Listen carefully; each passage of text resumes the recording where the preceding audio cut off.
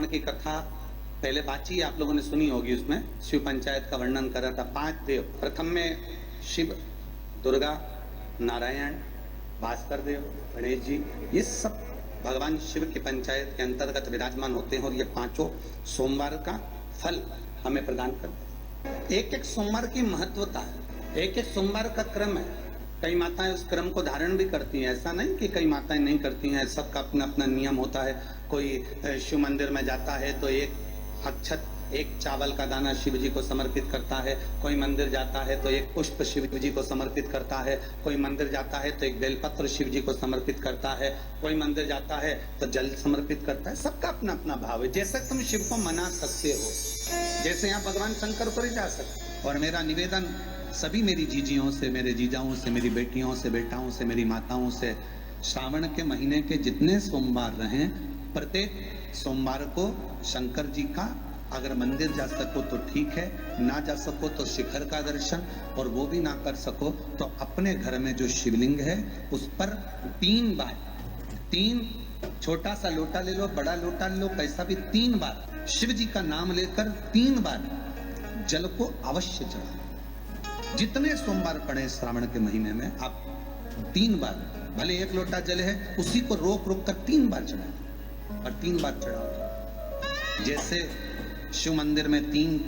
ताली का नियम है, सावन महीने में 3 लोटा अर्थात 2 लोटा जल पर रुककर 3 बार अगर जल चढ़ाया जाता है तो ब्रह्मा, विष्णु और महेश उस जल को स्वीकार कर कर तेरे घर का भंडार भर देते हैं। 3 बार जल। गंगा जल का प्रयोग एक तो पितरों के लिए, दूसरा श्रावण के महीने में किसी भी एक सोमवार को अगर व्यापार नहीं चल रहा है, नौकरी नहीं मिल रही है, तो कोई तकलीफ आ रही है, तो कोई कष्ट आ रहा है, कोई रोग बढ़ रहा है, डॉक्टर से ऐसा लग रहा है कि ये बड़ी बीमारी बताने वाला है, शरीर में कोई गांठ पड़ गई है और वो जांच के लिए गई है, तो बिल्कुल श्रावण के महीने में किसी भी एक सोमवार को गंगा जल लेकर जाइए शिव मंदिर में। शंकर जी के मंदिर में थोड़ा सा गंगा जल नंदी को समर्पित कर कर, थोड़ा अशोक सुंदरी को समर्पित कर कर, थोड़ा गणेश और कार्तिकेय को समर्पित कर कर, थोड़ा सा गंगा जल जया, विषहरा, शामरीवारी, दौतली और देव को समर्पित कर कर, थोड़ा सा गंगा जल शिवलिंग पर समर्पित कर दो। उस गंगा जल को वापिस झेल कर लेकर आओ। 3 दिन तक लगातार उस गंगा जल को पीना प्रारंभ करो। उसके बाद जांच के लिए आप कहीं पर भी जाइए, बाबा कृपा जरूर करेगा, ये निश्चित था। उस गंगा जल की प्रधानता, उस गंगा जल का एक गौ माता, गौ, गंगा और संत, ब्राह्मण, साधु, सन्यासी,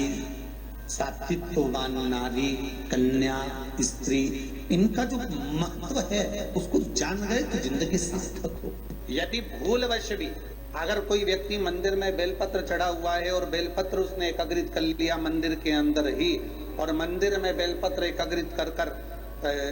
धागा लिया और उस कच्चे धागे में, उस कच्चे धागे के अंदर अगर उस बेलपत्र की डंडी को पीछे से उसने एक एक साधारण सी गांठ लगाकर उस बेलपत्र की माला को सिद्ध कर लिया, हल्की सी कच्चे सूत की गांठ लगाते लगाते मंदिर की चढ़ी हुई बेलपत्र को, शंकर पर चढ़ी हुई बेलपत्र को, शंकर की चढ़ी हुई बेलपत्र को ही उसने गांठ लगाकर जब माला सिद्ध कर ली और सिद्ध कर कर अगर वही माला भगवान शंकर को अर्पित कर देती है तो कहते हैं कि हमारा फिर पुनर्जन्म होता ही नहीं है। इस संसार सागर से हमारी मुक्ति हो ही जाती। पुनर्जन्म से